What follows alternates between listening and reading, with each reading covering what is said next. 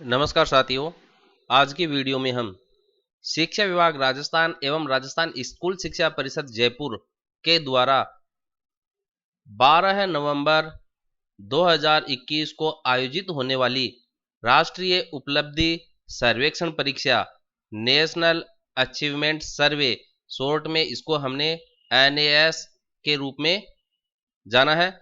एनएएस परीक्षा के संबंध में कक्षा 8 के गणित विषय पर आने वाले प्रश्नों के हलों के बारे में हम जानकारी प्राप्त करेंगे। इससे पहले हम जो राष्ट्रीय उपलब्धि सर्वेक्षण होना है उसके बारे में सामान्य जानकारी प्राप्त कर लेते हैं। देखिए, एनएएस का जो परिचय है वह आरटी एक्ट 2009 के अंतर्गत 6 से 14 आयु वर्ग के बच्चों को गुणवत्तापूर्ण शिक्षा का अधिकार प्रदान किया गया है। इस एक्ट में प्रत्येक विद्यार्थी के सीखने को सुनिश्चित करने पर बल दिया गया है। प्रत्येक कक्षा स्तर पर बच्चों की शैक्षिक उपलब्धि को जानना आवश्यक है। यानी कि हम बच्चों को कक्षा में पढ़ा रहे हैं तो जो हमने बच्चों को पढ़ाया है वह उसने सीखा है या समझा है, या उसने सीखा ही नहीं है, उसने समझा ही नहीं है और अपनी क्लास पूरी हो गई है। तो इस प्रकार एनएएस जो है हमें सीखने को सुनिश्चित करने पर बल देता है और बच्चों की शैक्षिक उपलब्धि को जानने के लिए भी आवश्यक है। इस हेतु नियमित अंतराल पर राष्ट्रीय उपलब्धि सर्वेक्षण का आयोजन किया जाता है। राष्ट्रीय उपलब्धि सर्वेक्षण पूरे देश में किया जाने वाला दक्षता आधारित सर्वे है, न कि ये केवल राजस्थान में ही हो रहा है, ये पूरे देश में परीक्षा होगी। यह सर्वे राष्ट्रीय स्तर पर एनसीईआरटी द्वारा आयोजित किया जाता है तथा राज्य स्तर पर आरएससीईआरटी, जो पहले में एसआईईआरटी के रूप में थी, अब इसका नाम बदलकर आरएससीईआरटी कर दिया गया है, वह समसा के समन्वय से करवाया जाता है। यह सर्वेक्षण जो है एक एग्जाम के रूप में है। यह सर्वेक्षण सीखने के प्रतिफल पर आधारित होता है। गत एनएएस जो है नवंबर 17 में आयोजित हुई थी और अब आगामी एनएएस जो है 12 नवंबर 2021 को होना प्रस्तावित है। इसमें जो सर्वेक्षण किया जाएगा वह कक्षा 3, कक्षा 5, कक्षा 8 और कक्षा 10 के विद्यार्थियों के लिए किया जाएगा। इस सर्वेक्षण में भाषा, गणित, पर्यावरण अध्ययन कक्षा 3 के विद्यार्थियों के लिए और भाषा, गणित, पर्यावरण अध्ययन कक्षा 5 के विद्यार्थियों के लिए। कक्षा 8 के विद्यार्थियों के लिए ये जो सर्वेक्षण होना है वह भाषा, गणित, विज्ञान और सामाजिक विज्ञान विषय के लिए होगा और कक्षा 10 के विद्यार्थियों के लिए अंग्रेजी, गणित, विज्ञान, सामाजिक विज्ञान, आधुनिक भारतीय भाषा के बिंदुओं पर यह सर्वे होना है। आगामी एनएएस की तैयारी हेतु निर्मित जो सामग्री है वह हमें देखिए कहां से प्राप्त हो सकती है। मटेरियल जो है लर्निंग आउटकम बुकलेट जो है हमें एनसीईआरटी की वेबसाइट www.ncrt.nic.in तथा आरएससीईआरटी की जो वेबसाइट है education.rajasthan.govt.in/SIRT हेज पर विद्यालय स्तर पर उपलब्ध है। और जो इसके चेकलिस्ट के इंडिकेटर है, सूचक है, वह हमें साला दर्पण के एसआईक्यू सेक्शन में एवं विद्यालय स्तर पर उपलब्ध है। यानी कि हम इंटीग्रेटेड साला दर्पण पोर्टल पर लॉगिन करते हैं तो उसके होम पेज पर SIQE का टैब है, उस टैब पर क्लिक करने पर हमें चेकलिस्ट इंडिकेटर के संबंध में मटेरियल उपलब्ध हो जाएगा। और जो क्वेश्चन बैंक है वह पीओ स्तर पर एवं साला दर्पण पर उपलब्ध है। इसकी जो टेक्स्ट बुक्स जो है विद्यालय स्तर पर और वर्क बुक्स जो है साथ ही समर्थ है वह विद्यालय स्तर पर उपलब्ध होगी। आगामी एनएएस की तैयारी हेतु शिक्षकों के लिए जो करणीय कार्य है उन बिंदुओं को अपन एक बार मोटे तौर पर देखते हैं, जिससे राजस्थान के जो विद्यार्थी है उनके अधिगम स्तर की सर्वे के साथ हम उनके अधिगम स्तर को बढ़ा पाए और देश में राजस्थान का नाम पुनः सिरमौर हो सके, ऐसा प्रयास करने के लिए हमें देखिए एनएएस के लिए इन बिंदुओं पर ध्यान देना अति आवश्यक होगा। शिक्षकों को एनएएस प्रश्न पैटर्न पर आमुखीकृत होना, यानी कि जो क्वेश्चन बैंक उपलब्ध करवाए गए हैं उन पर आधारित प्रश्नों को हल करवाना और उनके संबंध में बच्चों के ज्ञान को और बढ़ाना, सीखने के प्रतिफलों पर गहरी समझ बनाना और उन्हें पाठ्य पुस्तक और चेकलिस्ट संकेतकों के साथ संरेखित करना। कक्षा मूल्यांकन प्रक्रिया फॉर्मेटिव असेसमेंट और समेटिव असेसमेंट है, इनको देखना। छात्रों के अभ्यास के लिए नमूना मॉडल पेपर तैयार करना। बुनियादी साक्षरता एवं संख्या ज्ञान, national education policy FLN mission पर अधिक ध्यान देना।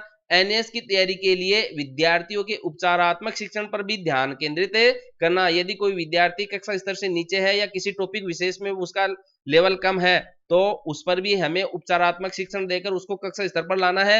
RSCRT द्वारा एक उपचारात्मक शिक्षण लर्निंग पैकेज विकसित किया जा रहा है जो शीघ्र ही शिक्षकों तक उपलब्ध हो जाएगा। अब आगे हम NAS पर्सन बैंक कक्षा 8 विषय गणित के लिए जो आपको प्रश्न उपलब्ध करवाए गए हैं उन प्रश्नों को अपन 1 बाय 1 करके छोटे छोटे टुकड़ों के रूप में, एक एक वीडियो के टुकड़ों के रूप में देखेंगे। यहां पर सभी प्रश्नों के हल को उनकी अवधारणाओं के साथ कंसेप्ट जो भी उनके अंदर लागू होता है उस पूरे कंसेप्ट को क्लियर करते हुए समझाया जाएगा।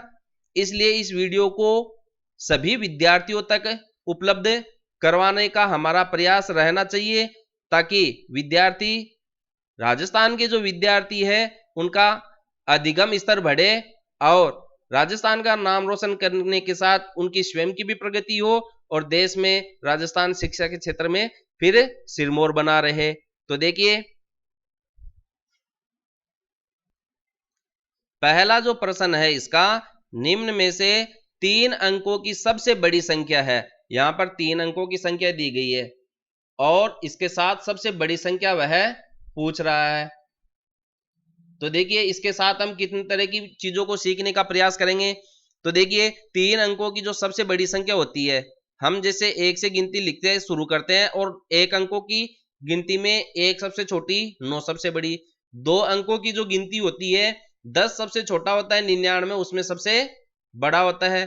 3 अंकों की संख्या में सबसे छोटी संख्या 100 होती है और सबसे बड़ी संख्या 999। तो देखिए उत्तर अपना 999 इसके अंदर होगा। 3 अंकों की सबसे बड़ी संख्या पूछ रहा है। अब ऐसे ही 4 अंकों की अगर हमें सबसे बड़ी संख्या लिखनी है तो 1 के आगे 3 शून्य लगा दीजिए। देखिए 4 अंक हो गए, ये सबसे छोटी संख्या हो गई। और 4 अंकों की सबसे बड़ी संख्या लिखनी है तो सबसे बड़ी संख्या जितने भी अंकों की लिखो उसमें केवल 9 ही 9 रहेंगे। देखिए 1 अंकों की सबसे बड़ी संख्या 9, 2 अंकों की सबसे बड़ी संख्या 2 9, 3 अंकों की सबसे बड़ी संख्या 3 9, 4 अंकों की सबसे बड़ी संख्या 4 9। तो इस प्रकार 3 अंकों की सबसे बड़ी संख्या 999। अब हम आगे बात करते हैं कि जो 999 है उसके आगे की संख्या क्या है और उसके पीछे की संख्या क्या है। आगे की संख्या को हम अग्रवर्ती कहें और पीछे की संख्या को हम पूर्ववर्ती कहे। ये नए नए शब्द आजकल काम में लेने लगे हैं। अंग्रेजी में हम इसको सक्सेसर और इसको प्रीडिसेसर कहेंगे। 999 के आगे की संख्या देखनी है, जस्ट आगे की एक संख्या, तो हमको 1 जोड़ने पर प्राप्त होती है।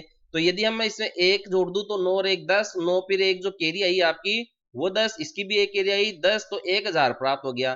तो इसके अग्रवर्ती जो संख्या है वह 1000 है। और पूर्ववर्ती के लिए हम क्या करते हैं, जिस भी संख्या का पूर्ववर्ती हमें देखना है, प्रीडिसेसर देखना है, उसमें से -1 करना होता है। तो 9 में से 1 कम हो गया 8। अब यहां पर कुछ भी नहीं है तो हम 0 0 मान सकते हैं, तो ये 9 9 आ गया, यानी कि पूर्ववर्ती संख्या होगी आपकी 998। तो 998, 999 और 1000। अब अगला जो प्रश्न है आपका देखिए क्या है, निम्न में से सम अभाज्य संख्या कौन सी है। प्यारे बच्चों, सम अभाज्य संख्या, अभाज्य संख्या, ये सम अभाज्य संख्या की बात कर रहा है। सबसे पहले जैसे मैं इसको 2 टुकड़ों में डिवाइड कर दूं, एक आपकी अभाज्य संख्या है, दूसरा शब्द आपका सम है। तो सबसे पहले हम बात करते हैं अभाज्य संख्या की। अभाज्य संख्या वह होती है प्यारे बच्चों जिसमें एक और स्वयं संख्या के अलावा, स्वयं संख्या का मतलब जिस संख्या का अपन भाग देंगे उसको स्वयं संख्या के रूप में जान रहे हैं। स्वयं संख्या के अलावा तीसरी संख्या का भाग नहीं जाए। तीसरी सम अभाज्य संख्या में हम देख रहे हैं, तो सम और अभाज्य को दो अलग अलग टुकड़ों के रूप में देख रहे हैं, सम अभाज्य संख्या। तो जैसे इसमें अभाज्य संख्या की हम बात कर रहे थे, एक और स्वयं संख्या के अलावा तीसरी संख्या का भाग नहीं जाता है, यानी कि दो संख्या का भाग जाता है, और वो दो कौन सी होती है, एक तो स्वयं संख्या और एक यानी कि कोई सी भी संख्या हो उनमें सभी में एक का भाग तो जाता ही जाता है। दो में आप एक का भाग देंगे 2 बार जाएगा, 3 में एक का भाग देंगे 3 बार जाएगा, 4 में एक का भाग देंगे 4 बार जाएगा, तो एक का भाग तो जाता ही है। लेकिन जैसे 3 में मैं 2 का भाग दूं तो नहीं जा रहा है, यदि मैं 3 में 3 का भाग दूं तो एक बार जा रहा है, और 3 में एक का भाग भी जाता है, तो एक तो हो गया, एक 3 में भाग देते हैं, तो दूसरा 3 का भाग दे रहे हैं इस संख्या में, जैसे 3 में ही हम भाग दे रहे हैं, तो 3 में एक का भाग चला जाएगा और दूसरा 3 का भाग चला जाएगा। इसके अलावा तीसरी कोई सी भी संख्या सोच लीजिए आप, उसमें उस संख्या का 3 में भाग नहीं जाएगा। इनके बीच की जैसे दो ही ले लो आप, 2 का इसमें पूरा पूरा भाग नहीं जाता है। तो स्वयं संख्या 3 हो गई है और एक हो गया है। इन दो के अलावा तीसरी संख्या का यदि भाग नहीं जाता है तो उस संख्या को हम अभाज्य संख्या कहते हैं, अभाज्य संख्या कहते हैं। लेकिन ये क्या कह रहा है साथ में शब्द जोड़कर, सम अभाज्य संख्या। अब यहां पर अगर हम 3 की बात करें तो 3 तो देखो एक विषम संख्या होती है। विषम संख्या की पहचान हम कैसे करते हैं कि जिस संख्या का इकाई का अंक यदि 0, 2, 4, 6, 8 नहीं है तो वह एक विषम संख्या है। अगर इकाई के स्थान पर 0, 2, 4, 6, 8 नहीं है तो वह विषम संख्या है। 3 को हम देख रहे हैं, अकेली संख्या को ले लो, या जैसे 13 ले लो, 43 ले लो, 33 ले लो, इसमें इकाई का अंक 3 है, तो ये क्या 0, 2, 4, 6 और 8 में से आ रहा है? नहीं, इसलिए ये सभी संख्याएं एक विषम संख्याएं हैं। अब हम 2 की बात करते हैं, इसके पहले ऑप्शन की। तो 2 देखिए अकेला अंक है लेकिन इकाई का अंक भी है, तो इकाई का अंक 0, 2, 4, 6, 8 में से एक आ गया, ये 2 आ गया, इसलिए ये विषम संख्या तो नहीं है, ये एक क्या है, सम संख्या है। अब हम इसमें भाग देने की कोशिश करते हैं, तो 2 में देखो एक का भाग जाएगा 2 बार, अब 2 में 2 का भाग भी चला जाता है 1 बार। अब इस 2 में एक और स्वयं संख्या 2 के अलावा तीसरी संख्या कोई सी भी नहीं है जिसका इसमें भाग चला जाए, तो 2 एक सम अभाज्य संख्या होती है। तो इसमें जो ऑप्शन में सही उत्तर रहेगा वह 1 नंबर का ऑप्शन रहेगा कि ये सम भी है और अभाज्य संख्या भी है। अभाज्य संख्या का मतलब है एक और स्वयं संख्या के अलावा दूसरी संख्या का उसमें भाग नहीं जाना चाहिए। अब हम बात करते हैं तीसरे प्रश्न की। दिए गए वर्ग का परिमाप क्या होगा जबकि भुजा 2 अक्ष है। तो इसकी एक वर्ग आकृति दी गई है, यह आपको अ, ब, स, द, ये इसके 4 शीर्ष के 4 बिंदु के नाम दे रखे हैं। इसकी एक भुजा की माप आपको दी गई है 2 अक्ष, और इसका पूछा क्या गया है, परिमाप। परिमाप को प्यारे बच्चों में समझाने का प्रयास करूं, जैसे कोई खेत होता है, उस खेत में किसान क्या है, फसल लगाता है, तो उस फसल को वह पशुओं से बचाने का प्रयास करने के लिए क्या करता है, इस खेत के चारों तरफ पोल रोपकर या दीवार खड़ी करके वो उसके तारबंदी कर देता है। अब इसमें वो क्या कर देता है, तारबंदी कर देता है, तो उससे क्या होता है, जो पशु है वो खेत में प्रवेश नहीं करते हैं और फसल को नुकसान नहीं पहुंचाते हैं। तो अगर किसान यहां से इस बिंदु से फसल को बचाने के लिए तारबंदी लगाना शुरू करता है इस बिंदु से, और वो चारों तरफ कितनी दूरी पर तारबंदी लगाता है, ये जो कुल दूरी है वह परिमाप कहलाता है। ये जो कुल दूरी जो है वह परिमाप कहलाता है। इसलिए यहां वर्ग का परिमाप ज्ञात करने के लिए जैसे हमने ये बिंदु ले लिया और यहां से चारों तरफ अपन इसके तारबंदी करें, तो इसकी ये भुजा आ गई, इस भुजा पर तारबंदी कर दी, इस भुजा पर तारबंदी कर दी और इस भुजा पर तारबंदी कर दी, यानी कि इसकी चारों भुजाओं पर हमने तारबंदी कर दी। तो कुल दूरी कितनी हुई, कुल कितनी दूरी पर हमने तारबंदी की, वो ही परिमाप कहलाता है। अब कुल दूरी क्या हो जाएगी, इसकी चार भुजाओं का योग हो गया। यहां पर कुल दूरी इसकी चार भुजाओं का योग हो गया है। तो इसकी चारों भुजाओं का योग, चारों भुजाओं का योग वर्ग का परिमाप कहलाएगा, वर्ग का परिमाप कहलाएगा। अब चार भुजाएं किसी भी आकृति की हो, अगर उसकी चारों भुजाओं को अगर अपन जोड़ देते हैं तो उसका परिमाप निकल कर आ जाता है। अब आयत होता है, उसकी भी चार भुजाएं होती है, तो इसकी चारों भुजाओं को अगर अपन जोड़ देंगे तो वह भी परिमाप कहलाएगा। एक चतुर्भुज जो होता है उसकी भी चार भुजाएं होती है, तो चतुर्भुज की भी अगर चारों भुजाओं को अपन जोड़ देते हैं तो वो भी उसका परिमाप निकल कर आ जाएगा। त्रिभुज के अंदर क्या है, तीन भुजाएं होती है, तो हम तीनों भुजाओं को जोड़ देंगे तो त्रिभुज की तीन भुजाओं का परिमाप निकल कर आ जाएगा। तो इस प्रकार इसकी चारों भुजाओं को जोड़ने के लिए देखिए एक भुजा का मान आपको 2x दिया गया है, तो चारों भुजाओं को आप जोड़ दीजिए 2x plus 2x plus 2x plus 4 बार जोड़ दीजिए 2x को। तो इसमें 2x और 2x 4x, 4 और 2 6x, 6 और 2 8x, तो ये हो गया आपका 8x। अब यहां पर इसमें देखिए चारों ऑप्शन में 8x आपको कहां पर प्राप्त हो रहा है। अगर मैं पहले ऑप्शन को देखूं तो 2 गुणा 2 अंकों को गुणा करने पे 4 प्राप्त हुआ, फिर x गुणा x, x को x से गुणा करते हैं, देखिए x को x से गुणा करते हैं, तो जब दो चर राशियां गुणनफल में हो तो उनके घातें जुड़ जाती है, गुणा करने पर घातें जुड़ जाती है। घातांक के चैप्टर में प्यारे बच्चों आपने पढ़ा है या पढ़ेंगे कि जब दो चर राशियों को हम आपस में गुणा करते हैं तो उस चर राशि को एक बार लिखते हैं, लेकिन ध्यान रखना है वो चर राशि क्या समान होनी चाहिए, x है तो ये भी x होनी चाहिए।